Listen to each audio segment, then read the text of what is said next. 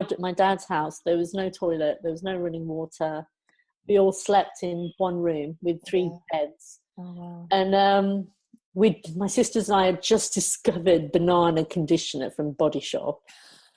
That's funny. And so we had banana conditioner, and it was like mosquitoes had a field day. Oh, it was like everything that could go wrong was wrong. There's no fridge. My mum had packed cornflakes and things like that, and we would eat cereal and think there's stuff moving in our breakfast bowl, and no Coca-Cola. India was closed to outside business then. Globalization hadn't happened. And so I remember my sister had seen a bottle of Coke, like a 2-liter bottle of Coke in the market, and she was like, Coke. And it was like £20 for a 2-liter bottle of Coke, and we were like, can't afford that. So it was a level of the price where you just won't go above it, no matter how. So it was a real cultural shock. But during that visit, there was a school open day, like an awards, end of school. And my dad was the guest of honor, and he presented prizes to the students, and we just really got to see what his work had accomplished. His and the community's work back in England had accomplished in that village. And they still meet to this day, no longer on Easter Sunday, but we still meet every year. And so it's Easter Sunday. Is it a Christian family? What's the faith? No, it's a Hindu family. It was always on Easter Sunday because no one was working. Oh, right. So everyone knew everyone was on holiday, and so the next day they could recover from celebration, the celebrations. So that's why it was always on Easter Sunday, but so no more. That's an amazing memory for you to take, isn't it? The difference between the luxury that you'd had at that point in the UK, like a toilet. we take it for granted, don't we? I mean, when I was a kid, up to the age of about 8 or 9, we had an outside toilet. We didn't have a bathroom. We didn't have running hot water, but we had running water, and we had a toilet. It was just outside. My aunt used to tell me stories about when she was a child going to the bottom of the garden to get the water pump, and they'd have to smash the ice at the water pump, otherwise they couldn't get the water in, and then take it indoors and like, whatever. It didn't seem that bad, but of course when you're a kid, as you say, you don't care, do you? You kind of get used to it. My mum must have been really tough. No hot water, washing clothes. My dad was a docker. She had to wash all of his clothes every night. He came back drenched with the sweat where he was manual working all the time. And now you look at what we have today. Boy, do we take life for granted, don't we? Oh, absolutely. I mean, one of the first stories my mum told me about me was when she was about 8 months pregnant, and I was born in winter. I was born in January, early January. And she said, we lived on in the middle of a hill, so top of the hill. And she said she used to carry drag the wheelbarrow down the hill to get the coal, because the coal truck couldn't get up the hill. She was 8 months pregnant with me, and it was hard. I think, for her especially, not speaking the language, the food, the culture. My mum's never worn anything but a sari in her whole life, and it's like just the image of her dragging that wheelbarrow down, getting the coal and dragging it back up, 8 months pregnant in the middle of winter, just has me get, like their life was hard, but their life was always about making a difference as well, which is, I think, where I get it from. That passion and desire to make a difference. There are some things we inherit from our parents that sometimes go unnoticed, but it is that kind of instinctual thing within you that it comes out. You can't lose that, can you, when the parents have been such an example. It's lovely. So what do you do now? What's the day job? What I do now is I coach. So I got into the world of coaching about 26 years ago, and have been doing that for organizations or for the last 12 years for myself. So it's something that I'm very good at and have skills in. And I really love the idea of just having a conversation with someone that makes a difference, Yeah.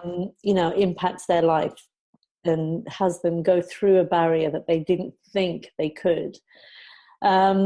So yeah, that's what I do. I also work as a trainer, freelance trainer for different organizations, including an organization that used to be called Youth at Risk, which is now called GRIT, that works with young people. They used to work with young people that were in the system in terms of crime and prisons, or I can't remember the word. But anyway, so now they work with still young people, but in universities, in schools, colleges, and it's really about empowering them in what's possible. So I love that, given I've spent so many years in education. It's really great, and I love working with young people. Have you, in the community, have you come across Beju Solanki? I've heard of him. Oh, you need to catch up with that boy, because I'm not sure if he's still doing it, but he has got many connections with schools, but he puts on what he calls an extravaganza. Oh, right. Not an event. No. Heaven forbid. It's an extravaganza. And he gets something like, I don't know, 120 young people in the room, because his philosophy is young people go off to college or university and they get a business qualification and then come out with a little piece of paper that says they passed, but they actually have no idea how to be an entrepreneur and potentially run a business for themselves. So he set up this group, this extravaganza, so that young people could come and experience what he learned when he first came out of the corporate world. So he's had to spend loads of money going to talks and seminars, and he learned the hard way of how to be an entrepreneur. And what he decided is he was going to bring some of these speakers into his hometown, which was Southend, in order to share with them for free what they needed to know, about accountancy, about social media, about branding, about websites, about coaching, all these things. And he offered them an opportunity to pitch a business idea, and the winner of the pitch would get, I think they got an accountant for a year, a coach for a year, a website and a brand for and it was all free. And it's like, I don't know, £10,000 worth of value for that winner. But he was very clever, because he didn't just bring in the people so these kids could sit there and learn. And, oh yeah, okay. He brought in rappers, singers, dancers, poets, who were their age. And they basically stood on stage, did their thing, audience went wild, but then they said, were interviewed by him, and they said, I've not just got here overnight. I've been working on this since I was 5. I've been working on this since I was 12. Whatever it was a long journey to get them to be. I think he had one guy that was a finalist on The Voice at some point. Everyone was like going mad, because he was, he'd just been on telly last night, and there he was in front of them today, and the fact that he got all these kids out at like 9 o'clock on a Sunday morning, and they kind of came in going like, yeah, go on, impress me. And then by 6 o'clock, it was a long day. By 6 o'clock that evening, they were walking out on a massive high of, oh my God, I want to run my own business. Yeah. It's phenomenal. So I think probably a lot of the stuff that you do would be really good dovetailing collaboration in some of the things that he's done. Now, obviously, he's got On Spirit Global, which is his organisation, his business now. But Want to Be an Entrepreneur, which was the extravaganza, is still in the background, is still bubbling under. And I think you two would probably have a lot in common. To see. Yeah, I think, I love working for myself, and I think it's something that people are exploring more and more, especially young people. And you see young people taking the lead. Greta Thunberg from Sweden, this environmentalist.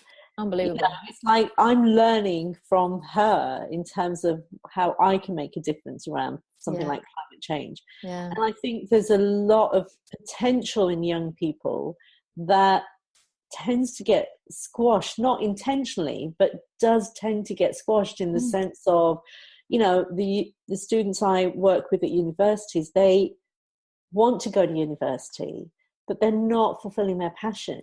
They're studying things like accountancy or law because that's going to give them a job, it's going to pay off their loan, but it's not what they're passionate about.